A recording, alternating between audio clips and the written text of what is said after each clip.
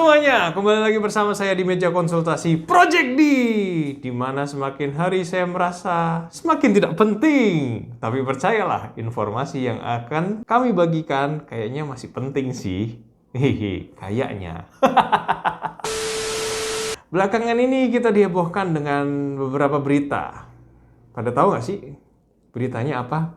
Kalau kita buka nih di media sosial atau baca berita ya dimanapun lah buka pemberitaan, yang muncul apa? Tepat sekali, pemberitaan tentang pembunuhan Brigadir J yang dilakukan oleh Bapak Ferdy Sambo. Yang nggak kalah menarik, ada juga berita tentang pesulap merah melawan beberapa oposisinya. Ya, siapapun itu oposisinya pesulap merah.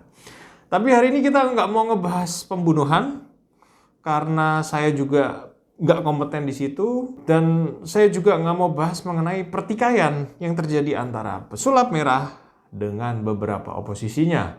Karena ya seperti yang tadi saya bilang, saya itu nggak punya kompetensi dibilang trik maupun hal-hal seperti itu. Ya, tapi kemarin-kemarin saya sempat lihat adegan jurus kebal. Ternyata orang yang kebal ini masih bisa merasakan sakit, teman-teman. Nah, ini yang mau kita bahas mengenai rasa sakit atau sering kita bilang dengan nyeri. Teman-teman sekalian, ada nggak dari teman-teman semuanya yang nggak pernah mengalami nyeri atau rasa sakit sama sekali? Pasti pernah dong, apalagi sakit hati. Di dunia medis, nyeri itu digambarkan sebagai suatu pengalaman sensoris dan emosional yang tidak menyenangkan, yang berhubungan dengan adanya kerusakan jaringan. Nyeri memang akan selalu menimbulkan penderitaan, ya nggak sih? Walaupun ringan, tetap nggak enak kan? Kayak pengennya nggak ada aja kalau nyeri gitu. Kalau bisa pengennya ya jangan muncul nyerinya. Tapi percayalah, segala yang diciptakan oleh Sang Pencipta itu selalu punya fungsi. Nyeri ini sebenarnya suatu mekanisme pertahanan tubuh loh, teman-teman. Nah, ini nih, 3 fungsi dari rasa sakit atau nyeri. Saya akan bahas satu persatu ya. Yang pertama adalah nyeri berfungsi sebagai mekanisme proteksi. Pada hakikatnya, seseorang dalam keadaan yang normal pasti akan bereaksi terhadap suatu penyebab nyeri, sehingga berusaha menghindari terjadinya kerusakan jaringan tubuh. Contoh nih ya, contoh.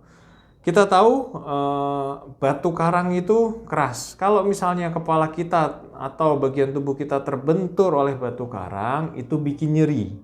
Ya, karena kita punya persepsi dan gambaran seperti ini, sebagaimana mungkin saat kita misalnya di air terjun ada batu karang, kita hindari benturan terhadap batu karang itu supaya tidak menimbulkan nyeri. Ya, itulah mekanisme proteksi namanya. Yang kedua adalah mekanisme defensif. Contohnya nih ya, kaki kita bengkak. Secara langsung kalau kita gerak-gerakin nyeri kan, otomatis kita akan mengistirahatkan kaki kita yang bengkak itu. Nah, sebenarnya dari mengistirahatkan itu ada fungsi defensif, yaitu dengan mengistirahatkan akan mengurangi peradangan yang terjadi di kaki, sehingga pembengkakan yang terjadi di kaki enggak semakin berat. Ya, itu adalah fungsi defensifnya. Dan yang ketiga adalah kalau buat kita tenaga medis, nyeri ini juga berfungsi untuk menuntun diagnostik, sebagai penuntun diagnosa kita. Contoh aja nih, orang yang sakit perut di bagian kanan bawahnya. Nah, posisi nyeri perut kanan bawah itu bila kita sampaikan kepada dokternya, itu akan memberikan gambaran organ apa sih yang mengalami gangguan. Ya, kalau di kanan bawah itu bisa aja kemungkinan usus buntu ya. Nah, usus buntu udah kita bahas di video sebelumnya. Boleh ditonton dan cek video-video yang lama. Tahu nggak sih teman-teman, saat kita mengalami nyeri, tentu saja tubuh kita akan memunculkan berbagai macam reaksi zat kimia yang pada akhirnya itu bisa memengaruhi kerja otot jantung, sehingga menyebabkan tekanan darah kita meningkat, denyut jantung kita pun ikut meningkat, dan terkadang juga bisa menimbulkan sampai sesak napas, sampai kesulitan napas. Bahkan sebenarnya nyeri ini juga bisa mempengaruhi kinerja organ-organ tubuh yang lainnya. Namun, bila nyerinya ini sudah bisa dikendalikan, tentu saja kondisi tersebut akan kembali normal. Pernah nggak sih teman-teman ngerasa nyeri, terus rasanya deg-degan, terus mual gitu kan? Pernah kan? Nah, itu sebenarnya mekanisme yang terjadi memang secara alamiah terjadi dalam tubuh kita. Untuk penanganan nyeri ini sebenarnya nggak mudah ya, karena sifatnya sangat subjektif. Dan nyeri antara satu orang dan orang lainnya itu bisa berbeda. Oleh karena itu, dalam penanganan nyeri, saya mohon teman-teman bila berobat ke dokter, itu sampaikan dengan terbuka dan mau menjelaskan secara terperinci. Karena pada nantinya hal ini akan menentukan tindakan pengobatan yang akan dilakukan oleh dokter. Nah, teman-teman tahu nggak nih, obat-obatan nyeri itu sangat bervariasi dan sangat banyak ragamnya. Tapi secara umum itu ya kita bisa bagi jadi dua golongan. Golongan opioid dan golongan non-opioid. Golongan opioid itu contohnya apa? Morfin, teman-teman. Morfin betul. Di dunia medis itu dipakai sebagai modalitas penanganan nyeri loh. Makanya jangan kaget kalau ada seseorang dengan nyeri hebat. Contohnya nih pada pasien-pasien kanker bisa diberikan obat ini. Ya itu gunanya bukan untuk membuat kecanduan. Karena memang nyeri yang terjadi pada kanker ini luar biasa, makanya makanya diberikan obat ini. Bahkan pakai obat ini pun kadang masih ngerasa kesakitan loh. Nah itulah kadang saya juga ngerasa sedih sih kalau misalnya zat ini di luar sana sering disalahgunakan. Dan ya begitulah kalau disalahgunakan banyak dampak yang nggak baiknya. Dan untuk golongan kedua itu golongan non-opioid, ya ada paracetamol, asam efenamil, natrium diklofenak, itu umum. Pada umumnya, tujuan dari penanganan nyeri ini tidak hanya mengurangi atau memberantas rasa nyeri itu sendiri. Tapi kita berharap ya bisa menjangkau peningkatan mutu kehidupan seseorang.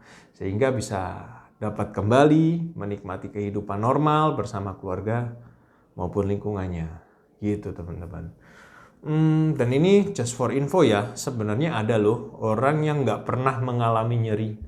Tapi sebenarnya seseorang yang tidak mengalami nyeri ini ya, dia sedang mengalami gangguan genetik yang kita sebut sebagai CIPA. CIPA ini sebenarnya singkatan dari Congenital Insensitivity to Pain with Anhidrosis.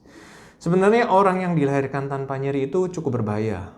Karena apa? Dia itu bisa mengalami cedera pada organ-organ yang fatal tanpa merasakan nyeri. Padahal dia udah cedera di organ-organ yang fatal. Dan itu sangat membahayakan sekali teman-teman. Karena orang ini tuh jadi nggak tahu kondisi tubuhnya tuh sedang terluka dan membutuhkan pertolongan. Oleh karena itu teman-teman, bersyukurlah ya kalau kita masih bisa merasakan nyeri. Tapi ya jangan dibiarkan berlarut-larut. Segera pergi ke dokter apabila mengalami nyeri yang berkepanjangan. Ya, saya rasa cukup sekian video hari ini. Buat teman-teman yang suka video ini bisa like, share, dan juga subscribe ya channelnya. Dan kalau mau tanya-tanya atau bahkan ada yang mau revisi bisa tulis di kolom komentar. Cukup sekian, terima kasih dan sampai jumpa.